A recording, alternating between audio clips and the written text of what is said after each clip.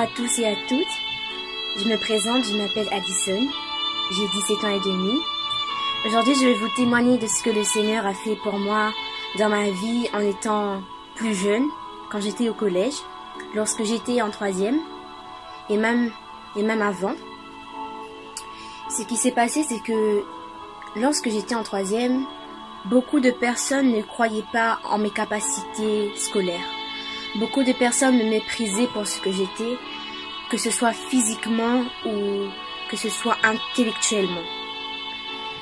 Quand j'étais en troisième, on me disait souvent et j'entendais souvent « Oh mais ta moyenne est trop faible, oh mais tu pourras pas monter de supérieur parce que ta moyenne est trop faible et c'est pas bon. » Et on me rabaissait souvent par rapport à mon physique et par rapport à mes capacités d'intellectuel, où j'étais un peu faible là-dessus. Et lorsque j'étais en troisième, tout le monde sait qu'en troisième, c'est la préparation du brevet. Et tous les professeurs m'encourageaient parce que d'un sens, j'étais le modèle de la classe par rapport à mon comportement, par rapport à ma manière d'agir, mais d'un autre sens, j'avais aussi des difficultés à lire, à écrire aussi. Et il me disait souvent, il faudra s'accrocher parce que ce sera très dur pour moi, parce que mon niveau n'était pas un niveau très élevé. Alors que tout le monde me disait tout cela, moi-même j'étais découragée, je ne savais plus quoi faire. Un jour, j'en parle à ma mère. Je lui dis de ce que le professeur pense de moi, de ce que les autres, les élèves, les personnes pensent de moi dans la cour. Et étant élevée dans une famille qui croit en Dieu, mes parents m'ont toujours éduquée dans la parole. Ils m'ont toujours enseigné l'amour de Jésus-Christ pour ma vie. Et ma mère me disait, n'écoute pas ce qu'un homme dit de toi, mais écoute toujours de ce que Dieu dit de toi et pense de toi. Et puis, cette parole était là toujours à me réconforter, à me relever.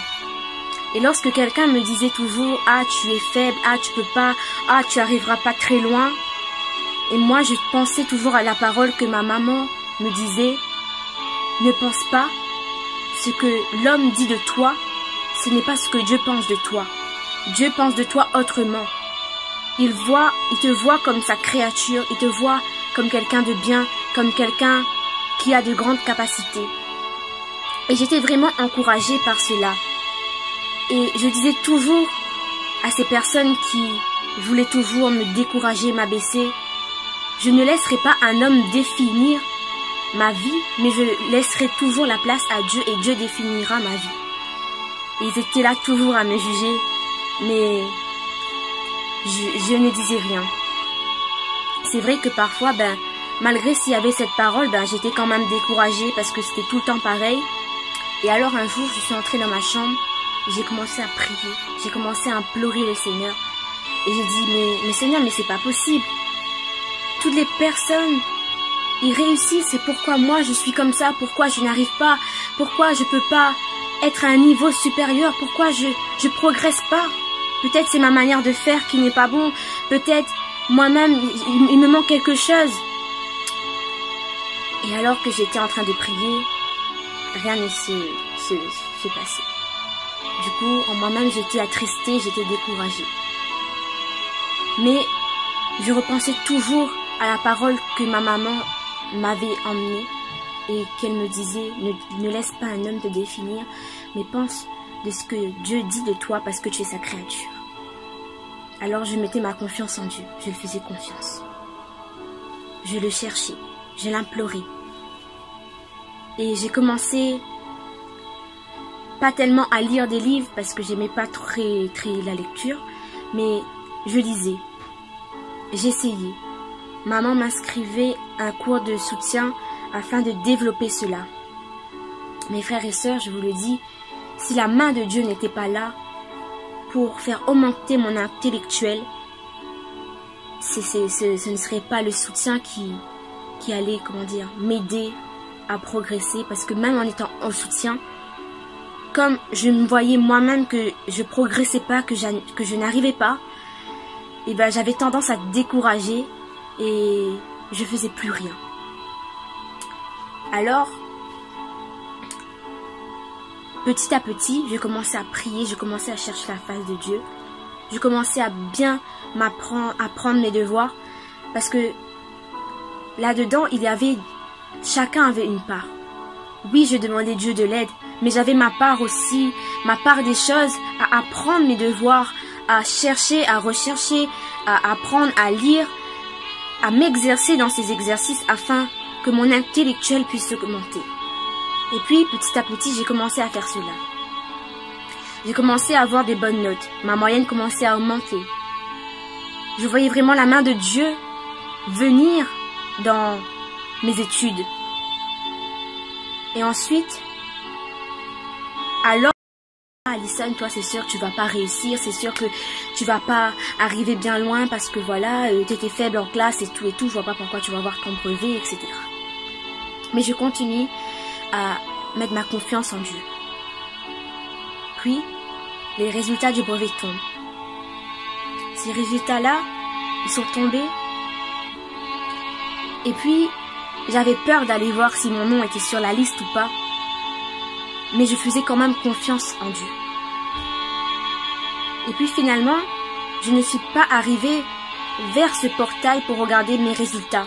Car c'était la maman d'une amie à moi qui a téléphoné à ma maman toute contente. Elle me disait, ah ben tu sais, Alison, elle a eu son brevet. Et maman, elle était contente et moi j'étais contente. J'ai fait, ah merci Seigneur parce que j'ai eu mon brevet. Mais elle me disait, il y a quelque chose encore plus génial. Elle a eu son brevet avec mention. Et là, j'ai dit, waouh, merci Seigneur, parce que ta main était là, ta main était là pour moi. Tu m'as aidé à progresser, à avancer. Si j'ai eu mon brevet, c'est vraiment grâce au Seigneur, c'est parce qu'il a mis sa main, c'est parce que j'ai placé tout ça devant lui et je le remercie vraiment.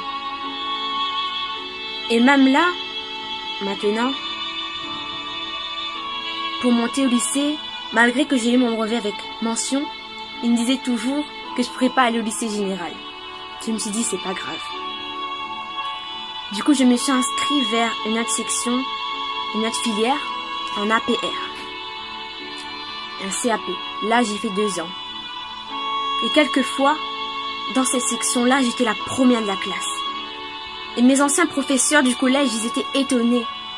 Parce qu'ils me disaient, waouh, mais quelqu'un qui était aussi bas, devenir la première de sa classe, c'est simplement waouh. Je ne sais pas qu'est-ce qui s'est passé, mais c'est tout simplement waouh. Et moi je disais, mais c'est la main du Seigneur.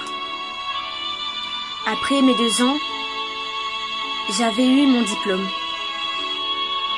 J'avais eu mon diplôme avec 17 de moyenne. Et c'était vraiment la main de Dieu. Et puis, je voulais m'orienter vers une autre filière. En gestion-administration. Mais sachant qu'après un CAP restauration, il n'y a pas de poursuite en cela. Et on me disait que c'était impossible pour moi d'un CAP de passer à un bac en gestion surtout parce que c'est un CAP restauration et que je ne pouvais pas passer par là. Du coup, moi je me disais, ce qui est impossible à l'homme est toujours possible à Dieu. Et je mettais ma confiance en Dieu. Moi et ma maman, on intercédait, on priait afin que je puisse avoir cette place. C'était carrément impossible. La CPE de mon lycée me disait, c'est impossible que tu entres dans cette section. Les autorités plus haut que la CPE me disaient, c'est impossible que tu entres dans cette section. Non, tu ne pourras pas entrer dans cette section. On a prié, on a mis dans la main du Seigneur. Ils nous disent que non, tu es un CAP, tu peux pas passer d'un CAP à un bac, ce sera trop dur pour toi, ta moyenne va descendre, tu pourras pas. Alors, on a prié encore, on a prié. Et finalement, j'ai eu ma place. Je suis entrée dans cette classe. Et dans cette classe, le premier trimestre tombe. Ils disaient que j'avais un potentiel. Ces professeurs disaient que j'avais un potentiel en moi. Du coup, je continue à prier, à prier, à prier. 2e trimestre. 7 trimestres, pas trop longtemps. Alors que j'ai eu le conseil de classe, le soir, un lundi soir.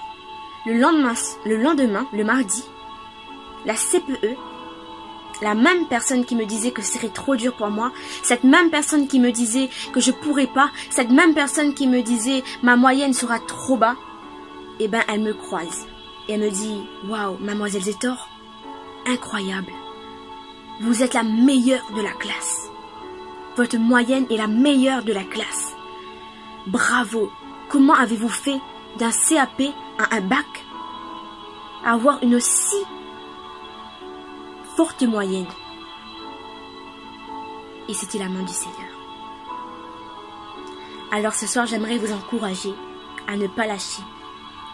Si vous avez des difficultés dans vos études, si vous avez des difficultés intellectuelles, ne vous découragez pas. Implorez le Seigneur, cherchez sa face, parce que lui seul peut changer toutes choses. Parce que tout ce qui est impossible à l'homme est possible à Dieu.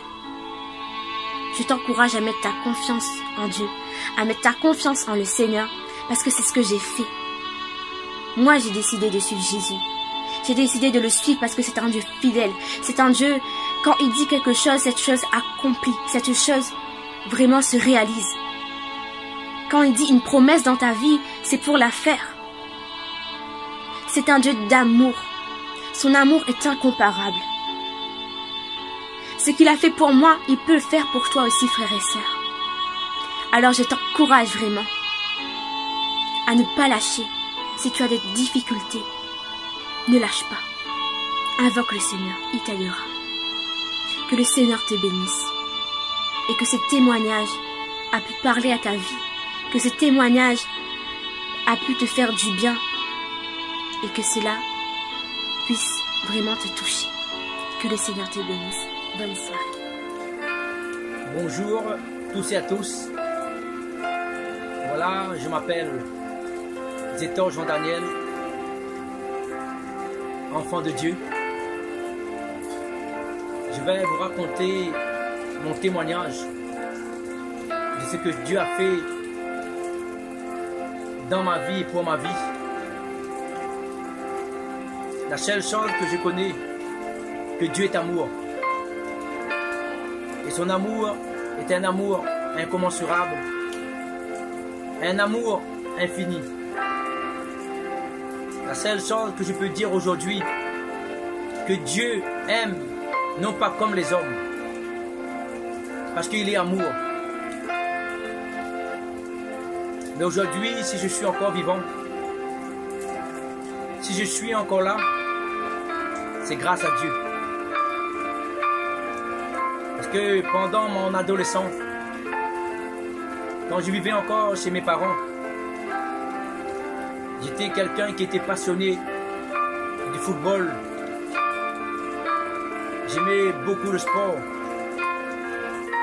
Et j'étais quelqu'un qui voulait vraiment avancer et progresser vraiment dans le monde sportif. Un jour, à l'âge de 14-15 ans, j'ai commencé à tomber dans les choses qu'il ne fallait pas tomber dedans. Est-ce peut-être c'était une expérience pour ma vie, jusqu'à ma vie aujourd'hui. Et aujourd'hui, je peux parler aussi que j'ai tombé dans la drogue et dans la cigarette sans blesser personne, sans mépriser les personnes qui sont encore dans ces cas-là. Et c'est pour ça ce témoignage aujourd'hui, c'est pour encourager quelqu'un. Voilà, quand j'étais dans la drogue, quand j'ai commencé vraiment à toucher ces choses-là, au début, pour moi c'était bien, c'était normal. Mais au fur et à mesure, au fil des temps, j'ai commencé à sentir en moi-même le rejet, la fatigue, le découragement. Ma santé n'était plus pareille. Mon équilibre moral n'était plus pareil.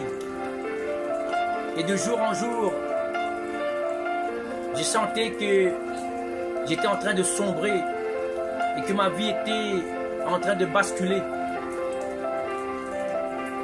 Et je remercie les personnes vraiment qui ont essayé de m'aider, d'abandonner toutes ces choses-là, mais c'était en vain. J'ai essayé toutes choses pour que je sois libéré de ces choses-là, mais c'était en vain.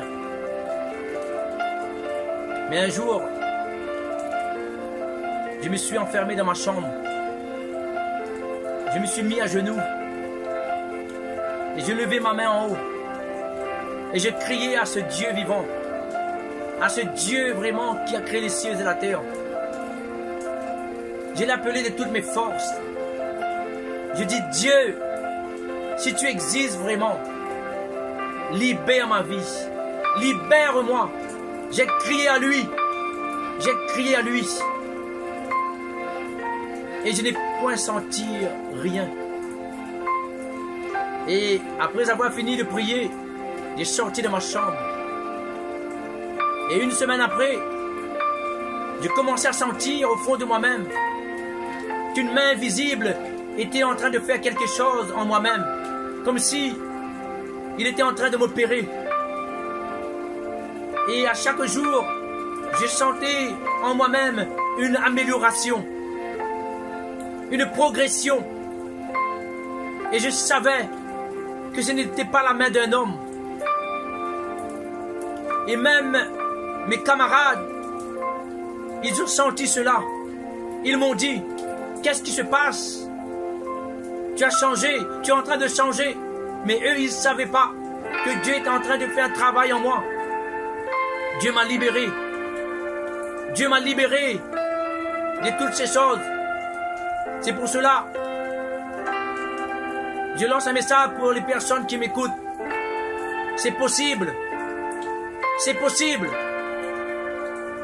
Les personnes qui passent par des problèmes difficiles, les personnes qui traversent des moments pénibles, de découragement,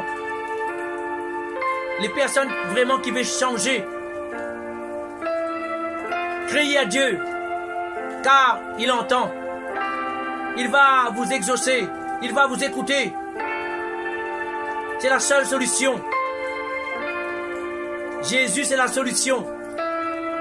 Il est le Dieu d'amour. Il est le Dieu qui attend que l'on supplie. Et c'est pour ça que la Bible dit, si quelqu'un vient à moi, je viendrai à lui. C'est pour ça que la Bible dit, Dieu dit, approchez-vous de moi et je m'approcherai de vous.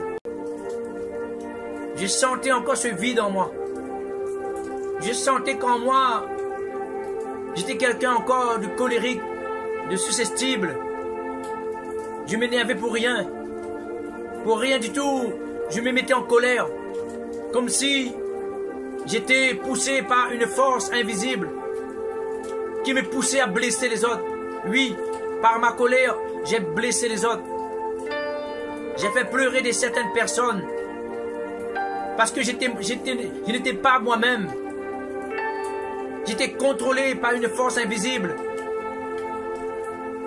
Et un jour, j'ai entendu la voix de Dieu qui me disait, va voir un tel. La voix me disait en moi-même, va voir un tel. Et moi je répondis à cette voix, je ne veux pas, laisse-moi tranquille. Je continuais mon chemin. Et après avoir entendu la première voix, une deuxième voix est venue. Et cette deuxième voix n'était pas identique comme la première voix qui m'a parlé. Et cette deuxième voix m'a dit, va à tel endroit, tu as tout à gagner. J'ai obéi à cette deuxième voix. Je suis allé là, dans cet endroit où la deuxième voix m'a dit d'aller. Et quand je suis arrivé dans ce lieu, je n'ai rien gagné. J'ai tourné en rond. Et j'ai entré en moi-même. J'ai dit, ça suffit. Je vais revenir sur la route pour que je puisse aller voir mon épouse. Et quand je suis avancé encore sur cette route, la première voix m'a arrêté, m'a dit, écoute-moi, va, vois un tel. Je me suis arrêté, j'ai réfléchi, j'ai dit ok, j'obéis. J'irai voir cette personne. Et quand je suis arrivé sur cette personne ne m'a pas prêché l'évangile. Cette personne ne m'a pas fait un sermon. Cette personne n'a pas fait une prière. Cette personne m'a dit, Jésus-Christ. L'effet d'avoir entendu le nom de Jésus. J'ai dit, waouh, c'est cela que je veux. C'est lui que je cherchais. C'est lui que je veux. Et cette personne ne m'a pas invité à l'église. Et en moi-même, j'étais joyeux. Comme si j'ai accepté Jésus. De mon cœur, j'ai accepté Jésus sans connaître. Parce que quand cette personne m'a dit Jésus, j'ai dit, c'est ça que je veux. C'est toi que je veux, Jésus. J'ai proclamé haute voix sans savoir pourquoi. Et une joie est entrée en moi. Et mon but à moi, c'était d'annoncer à mon épouse que j'ai accepté Jésus et que je veux suivre Jésus. Et je suis allé porter cela à mon épouse. Je ne vais pas entrer dans les détails. Mais le Seigneur m'a changé. Si quelqu'un m'écoute ce soir, ce que Dieu a fait pour moi, il est capable de faire pour vous. Parce que l'espoir que le monde cherche, la solution que le monde cherche, c'est simple. C'est Jésus-Christ de Nazareth. Le nom qui a été donné dans le ciel, sur la terre et sous la terre. Et la Bible dit qu'il n'y en a pas d'autre nom qui a été donné.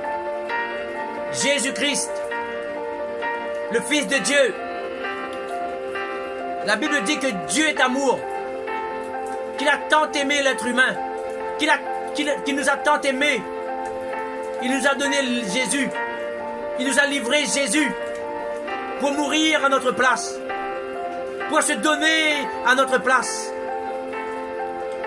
Et oui, aujourd'hui, je vous encourage, si vous êtes dans la détresse, si vous êtes dans l'angoisse, si vous êtes malade, si vous êtes dépressif, si vous voulez arrêter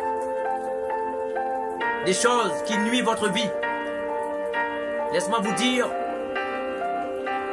que Dieu est la solution dans la personne de Jésus-Christ. Je vous remercie d'avoir entendu ce témoignage et j'espère que le Saint-Esprit touchera vos cœurs et apportera le message de la parole de Dieu dans votre cœur pour que votre vie soit transformée. Que Dieu vous bénisse, que Dieu vous remplisse, que Dieu vous dirige, que Dieu vous attire. Sois béni. Amen.